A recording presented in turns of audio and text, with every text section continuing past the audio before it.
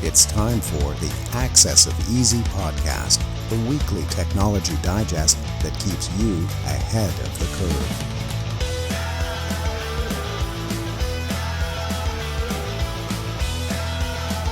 Brought to you by EasyDNS.com.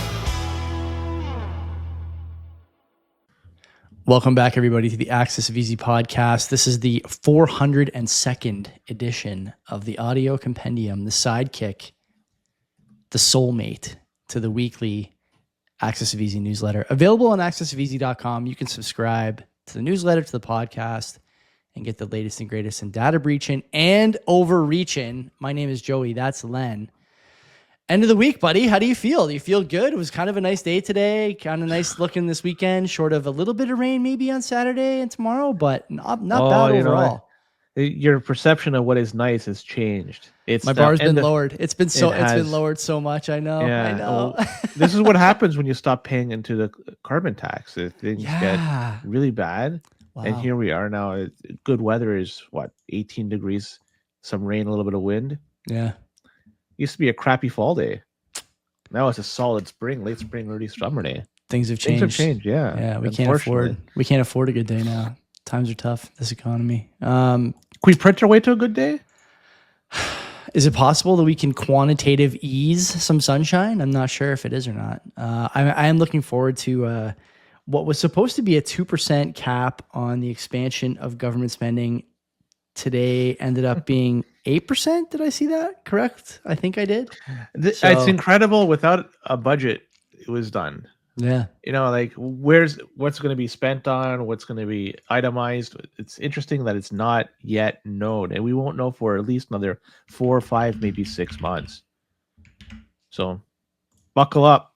Buckle up, as they say. Yeah. I got hard this year.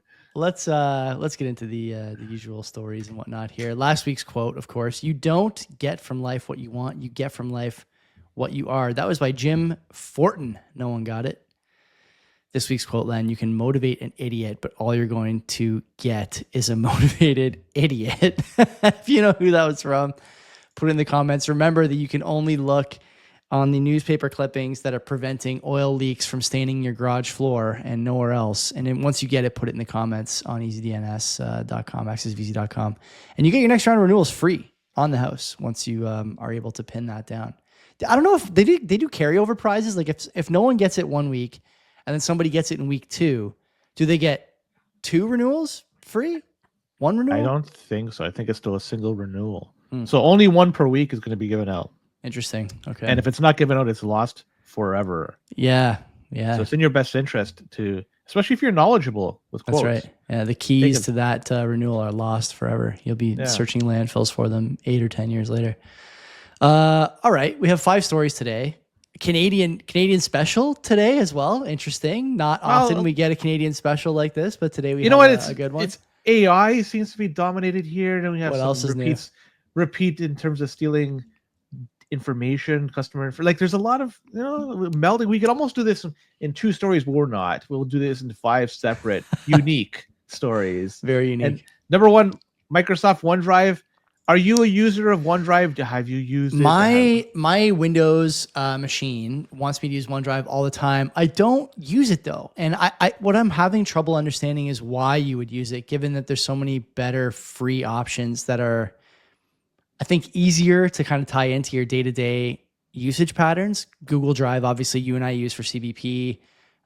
Even when I'm thinking about my professional, life, it's a Microsoft suite of services, but we don't use OneDrive there either. So I'm not sure if this is a really popular product at all. But you'd think of the people out there, they try to take the path of least resistance, right? And using OneDrive would be checking off that box because it's pre-installed on Microsoft's Windows. It is, yeah. Right? So there's no additional downloads, no additional whatever. It's just there, and I haven't used it. I don't use Windows except for my professional life, and even then, I don't use OneDrive. So I use other things. Yeah, I mean, like not to go into too much detail about like professional endeavors, but on the Microsoft side, I think it seems to me there's better products. Like SharePoint's a pretty good product. as far as like file sharing and putting up hubs for stuff. Like if you wanted to put all your documents in one place, it seems like SharePoint does a fine job. So I'm not sure why you would ever use OneDrive as opposed to something like that in a professional setting. The OneDrive thing makes more sense if you're trying to get the same files on different machines. But again, like there's just better ways to do that than anyway. I mean, we don't have to criticize OneDrive too much. It just doesn't make a lot of sense to me that people are using this service. Well, millions of users are using it because apparently there's a security flaw within the OneDrive file picker, and anything to do with cloud storage. Anything, there's always going to be a risk associated with it because you don't own the data, you're not managing, you're not administering it, so you don't know what's going to happen with it. And OneDrive does have capability to integrate into a few other things, Slack, ChatGPT, and a couple of others that was listed here in this article. I never heard of. ClickUp, never heard of that, or Trello. Trello, I've heard of. ClickUp, I have not. So I don't. The latter two, I have no idea what they do. But either way, OneDrive does have some sort of integration with those. At least the file picker does, to streamline with file uploads and whatnot. Mm-hmm. And the problem is that the enabling those apps to get access, well, they're able to get a little bit more access than they should, and it causes some problems. And it's able to do it on a wide variety of the information that is stored on OneDrive. And even older versions of the OneDrive file picker is insecure, and newer ones as well. So even if you have a newer one or older one, unfortunately, there's the app permission is it's problematic in all of them. And they suggest that this possesses a real problem for people out there. They should also suggest you look at the permissions and see if anything is granted that shouldn't be granted to a particular file, and then switch that appropriately. So make sure that you're not giving access to something that shouldn't get access, especially something like ChatGPT. Is that stuff, because we'll be talking about AI later in the show. You don't want to know my ChatGPT history, let me tell you, okay? No one's trying to get a hold of that. Well, and you don't want to give it access, or at least an AI access, to what you have on your OneDrive if there's any personal information. Like I'm saying, I'm foreshadowing for another story we'll be talking about later today. But with respect to this, if you're a OneDrive user, certainly check out to see, and you've enabled it to connect to stuff like ChatGPT and Slack. Look at the permissions within your folders and see if there's something that doesn't seem right, and you may want to change it. So interesting sort of sidebar to this story is this idea of zero OAuth, I should say, scopes. If you look at Microsoft's OneDrive OAuth scopes, they're pretty broad. And so what that means is you can get a lot of tie-ins. There's a lot of functionality app to app if you want to use Microsoft OneDrive as a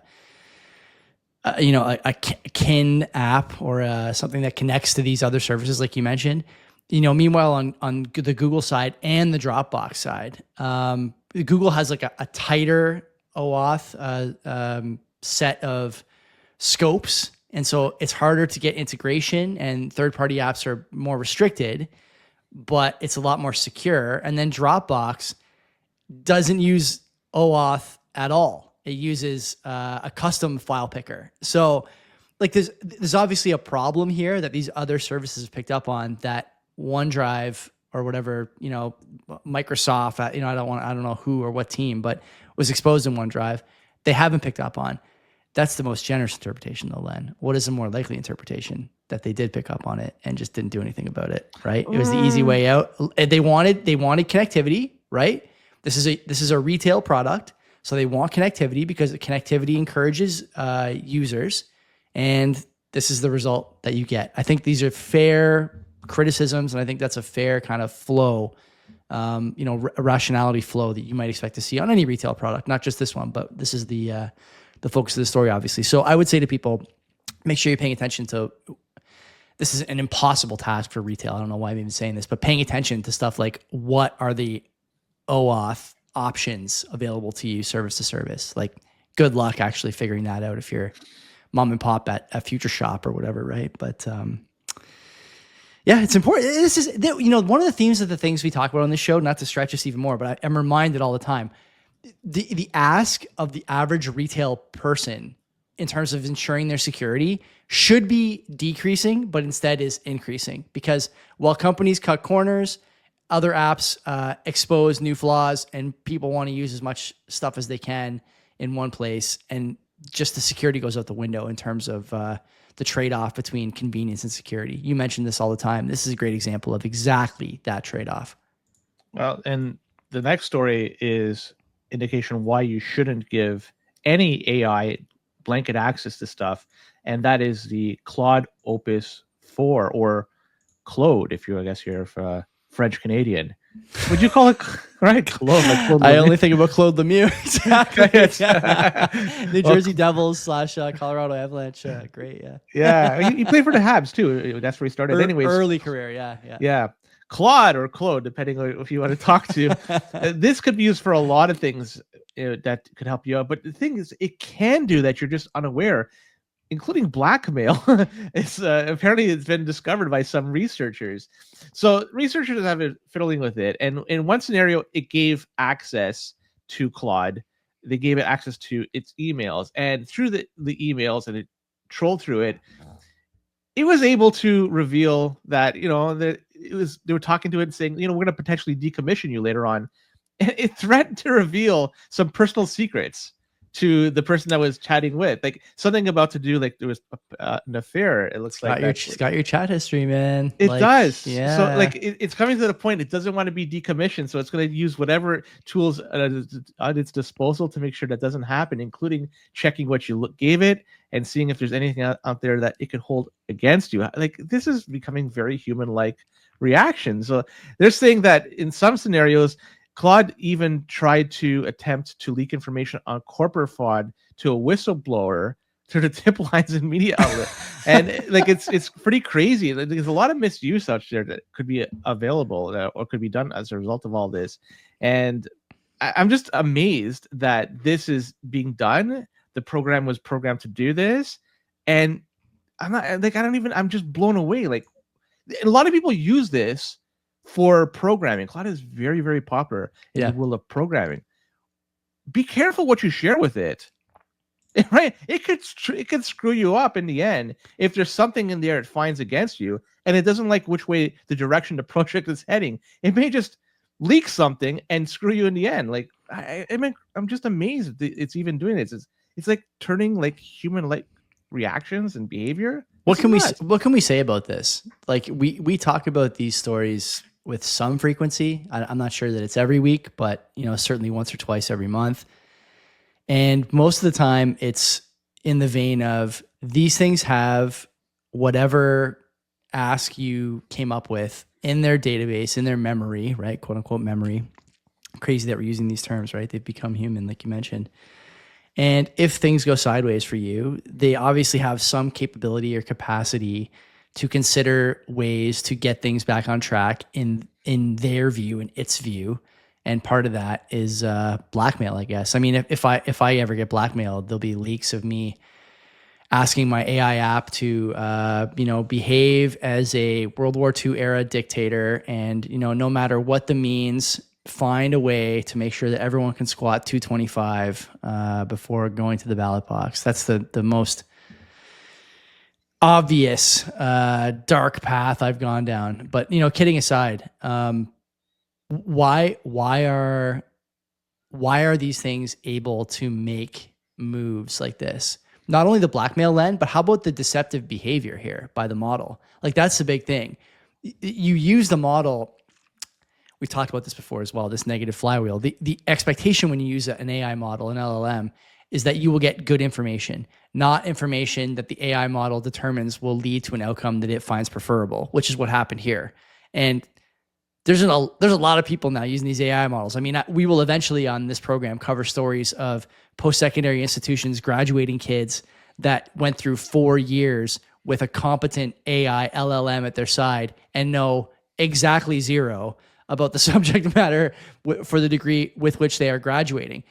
What if the AI bot decided, at the end of the first year of their studies that we need to embed in this group of students a different set of values, different set of morals, and a different set of expectations to guide society in a way that we think is better. It thinks it's better. Now, these are, at least they were, outside fringe examples or fringe possibilities. But here we are with maybe the most major, short of ChatGPT, Claude is probably the second most prevalent model, and this is what it's engaging in. I color me concerned. I think it's fair to say.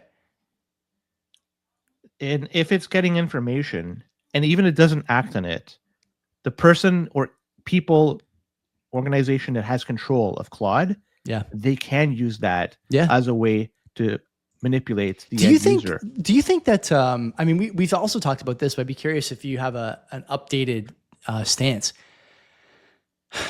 The discussion we've had in the past has been about, Google is or any institution, let's say, it could be Google, could be ChatGPT, OpenAI, whatever, any of these LLM providers, they have a political slant, an economic slant, and I think a moral slant, ethic slant as well.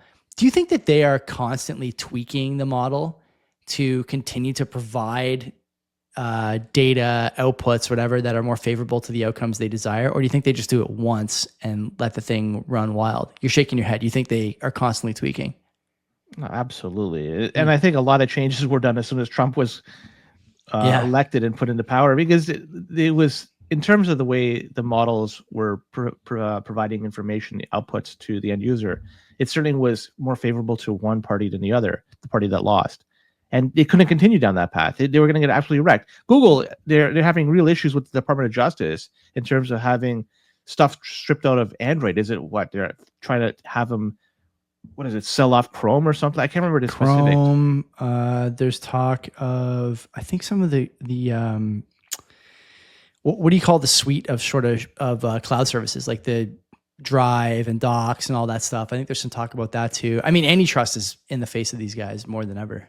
And why would they want to bite the hand that, well, it's not feeding them, but they may feed them one day? Like, why just be on the wrong side of that? So, of course, they're going to constantly change it to try to appease the people in power. Just that way they don't feel the full wrath of the law that could be put against them. I agree. Yeah, it's always being adjusted. And next story is interesting because you said, I think last week or the week before, we don't hear a lot of Linux and 0-day vulnerabilities. Here we are. Yeah. And the funny thing is how they used to find it. Again, more AI, right? Like it's the use of AI to find this 0-day vulnerability. It's incredible. And they found this in the Linux kernel, the SMB implementation. And that is the server message block protocol, allowing for file sharing over a network. And they say that the use after free vulnerability in the handler of how it does the logoff command could lead to a kernel memory corruption and arbitrary code execution. So in terms of the specifics surrounding this, they don't really go much into details. I even tried finding it. How do you fix this? Is there a patch? I couldn't find very much. The story of this is how they were able to find.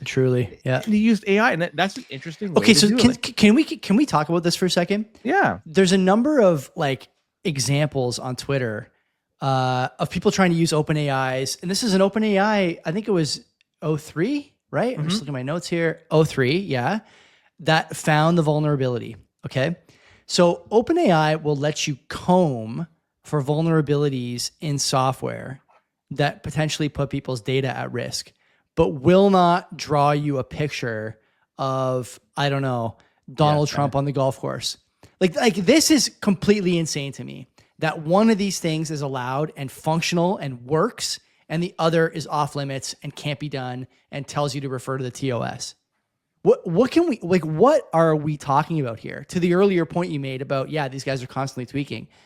They're lost in the sauce. For this to be possible, but then other stuff that's clearly less harmful, clearly less consequential, clearly more transitory in terms of its punch and impact, can't do it. But this, no problem. I have a big issue with that. Everybody should, regardless of your political stripe or whatever. This is clearly a problem for OpenAI. That's a very good point. And the people that program it, they're the ones that can do whatever they want, fortunately or unfortunately, until we're able to build a model that we could be just truly open. We're at the mercy of these companies that are providing us these tools. Yeah. So it is what it is. So those are the three AI stories. That's what I was trying to say. We could do this into ultimately two stories in totality, because those three individually, they're interesting, but they could have been combined into one. And the next two could also be combined into one particular story. And it's going to be talking about the Nova Scotia Power. And they confirmed that they were subjected to a ransomware attack just a few days ago on May 23rd, where hackers stole customer information. And 280,000 customers were notified of the data breach. And again, the same old stuff was taken, like names, date of birth, contact information, service addresses, and stuff like that. Nova Scotia Power says they have not paid the ransom, but they're following the law enforcement guidance. And they're also working with cybersecurity experts to assess what happened. Did they call you? They never called me. Did they call you? I never got it. What experts are they working with? My number's unlisted, so they'll never be able to find me anyways. So for people living over there, I don't know about you. Over here in my neck of the woods, we only have one provider of power. Yeah. There's no competition. I have to, unless I want to get my own windmills and solar panels, I got to rely on that one. And I would imagine over in Nova Scotia, the same is applicable over there. They have the one entity they have to deal with, and and if they want to power everything in their house, they got to use them. And here we are, the people that they need to use, this power company, unfortunately, they didn't secure the data properly. It's too bad for them.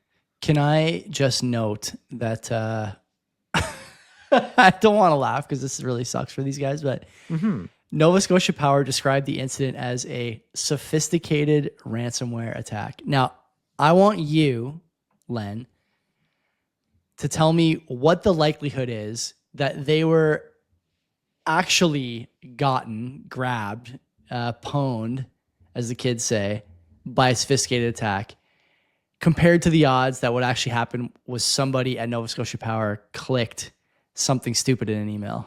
What are the odds that one is like the latter is significantly more likely than the former? Well, there's even a third option. What if they're outsourcing some of the customer service? Man, don't go there. Don't Peter go there. with a strong accent from some Southeast Asian country. Doesn't sound like a Nova Scotian. Yeah, actually, Peter, what the heck? Anyway, so that could be another option. That's also the Coinbase type solution, like what happened with right. So yeah, it's a number of different things. But in the end, like the thing I just want to stress is you have no alternative. You'll only have to deal with these folks. Yeah. That's it. And so you're going to have to give your information to them. So come on, guys, do a better job. It's funny. Again, the article leaves me wanting, honestly, but I realize that Mr. Kovacs, the author, is probably at the mercy of Nova Scotia Power PR. It's too bad because I can almost guarantee that this was just a stupid link somewhere. We talked about this so many times. And one other thing that we should point out is a lot of these companies, Len, you know, they've had people who are working the phones, working the customer service desk, working all these things. These people have worked there for a long time. You know, they're unionized a lot of the time, and I get this picture in my head of the average person who could be targeted by one of these attacks, and it's someone in their 50s who's not super familiar with the latest and greatest in ransomware scams and, you know, nefarious links, and they just click something stupid on their way to lunch or click something stupid on their way home or whatever. And, you know, and before you know it, you're toast. I'll tell you a funny story. In terms of other sort of, you know, municipal / regional hacking consequences in Hamilton, I think it was like 3 years ago or 4 years ago, a guy during COVID asked the city for some information, I think, on his survey, his property survey. So he wants to know where his lines were and stuff. And the city told him that they couldn't do the survey because of a cyber attack. And you may be familiar with this. This is ongoing here in Hamilton. Cyber attack is so bad that you can't even get garbage tags for a second bag if you want. You have to like call the city and give them your address and they send them over to you. Crazy. I mean, it's been years at this point, but I digress. The guy wanted to build this gazebo and ended up building the gazebo anyway on public land. Adjacent to his property. So he built it. And his neighbors complained, saying, hey, look, this is not his property. It's public land. He didn't pay for this, blah, blah, blah. The city said, look, there's nothing we can do. He asked, and he basically said he used stakes that he could see on his property. Anyone who owns a home will know that there's always a stake somewhere on the property that's part of a survey from, 50 years ago or whatever. So he used the stake and built the gazebo. And the city now, as a remedy to this situation, do you know what they're planning on doing? No. Selling him the land that he built the gazebo on. So this guy gets below market value land with a gazebo already on it. Yeah. Unreal. Isn't that something? All because the city could not recover from this cyber attack. Does he have to, like, every time he comes on a piece of property, does he have to acknowledge the fact that this land... It was unseated by the city of Hamilton. Yeah, right. I don't know, but like cities, municipalities, power providers, like these guys just they are right now. We're in the early stages of these vulnerabilities being exposed and the sort of consequences of these things. But here in Hamilton, you're a few years in, you got people building on the park next to their property and telling the city to va fangul when they come knocking, right? And so it's interesting times, man. Soon people will realize that there's opportunities here springing from these shortcomings in the cybersecurity portfolios at power companies, cities, like whatever. And it's only a matter of time until more people start taking advantage of this. Because why would you not? Why would you not take advantage of it? I want to go have a beer with this guy in his gazebo, his parkland gazebo. I bet you it's great. It makes me want to buy a piece of property that's adjacent to public land and just expand like crazy, right? Yeah. Right. Precedence has been set. Expand. We're going west on my private land. We're not stopping till we hit the Pacific. Unreal, man. Unreal. Okay, this company name, incredibly trash. Like LexisNexis Risk Solutions. I mean, I had to check. It's not publicly traded. Okay. And thankfully it was, because if it was, who the heck would want to buy any equity into LexisNexis Risk Solutions? I don't know. Anyway, I even tried to find what the heck they are before we dive deep into this story. It's a global data analytics company that provides information and analytics services to businesses and government agencies. Now, they are terrible at analyzing and providing information. Just what you want to hear at the beginning of an Access of Easy story. Government agency. It's all this, like every pitch right down the middle there. Fastballs over and over again. So these guys, they were subjected to a data breach by an unauthorized third party that got access to their GitHub account, and that was used for software development. And this took place all the way back in Christmas 2024. And these guys, LNRS, discovered it just in April 2025, many months later. So again, data analytics company that's trying to provide information, and the information that was taken was over 364,000 individuals that may have been impacted, including the names of individuals, phone numbers, postal code, email addresses, and so forth and so forth. Love it. There's nothing really to say about this, but besides the name absolutely sucks. LexisNexis, just trash. And two, like, how come you're taking so long to find out something like this? I mean, if there's a security breach, don't you have people checking things out, being a little more proactive? Apparently not. It just like seems like these guys are just doing a terrible job. And like I said, thankfully it's not publicly traded, this company, because if it was, it would be in a tank, and I'd short it if I had a chance. Yeah. The other thing interesting here, law enforcement agencies use LexisNexis for obtaining personal information on suspects, such as names, home addresses, and call records. These guys truly have everything, right? Like everything. This is a wide, like super wide ranging database of information to have. Do you think it's security? Up to date? I don't know. Given their track record here, I suspect you're updating the records from 1998, 1999. So any crime that took place after that, it's an avoid. We'll get to it eventually. They're just looking into now Nicole Brown Simpson and OJ, seeing what exactly transpired. They're trying to get the phone records. Yeah. Did he buy the medium isotoner or the large isotoner? Did you follow that, by the way? Or no? I was a little young, but I remember going to pick up my mother with my dad and brother from work, and the verdict was on in the car. And that's really one of the earliest memories I have of like an important news item being on. Oh, that was really important. Yeah. That was huge, right? Newsflash. Yeah. Yeah. Oh, Interesting. he's not guilty. OJ. But if the at gloves least for the don't fit. criminal, for the civil, he's guilty. How does this That's work? right. Yeah. I don't know. Hey, God rest his soul. Okay, OJ wrote a book. He didn't do it. If I did it, right? Is that what the book was Oh, called? something I like love that. it. Yeah. Didn't he God break bless that guy. into? Didn't he break into some Las Vegas A paraphernalia store? memorabilia, not paraphernalia, a memorabilia. Well, I remember. It's even Not worse. Paraphernalia. I don't know what the heck he stole something, right? What did he steal? His own jersey, I think. His own. Yeah. He gave up his shit and he Tried to get it back. Yeah, yeah.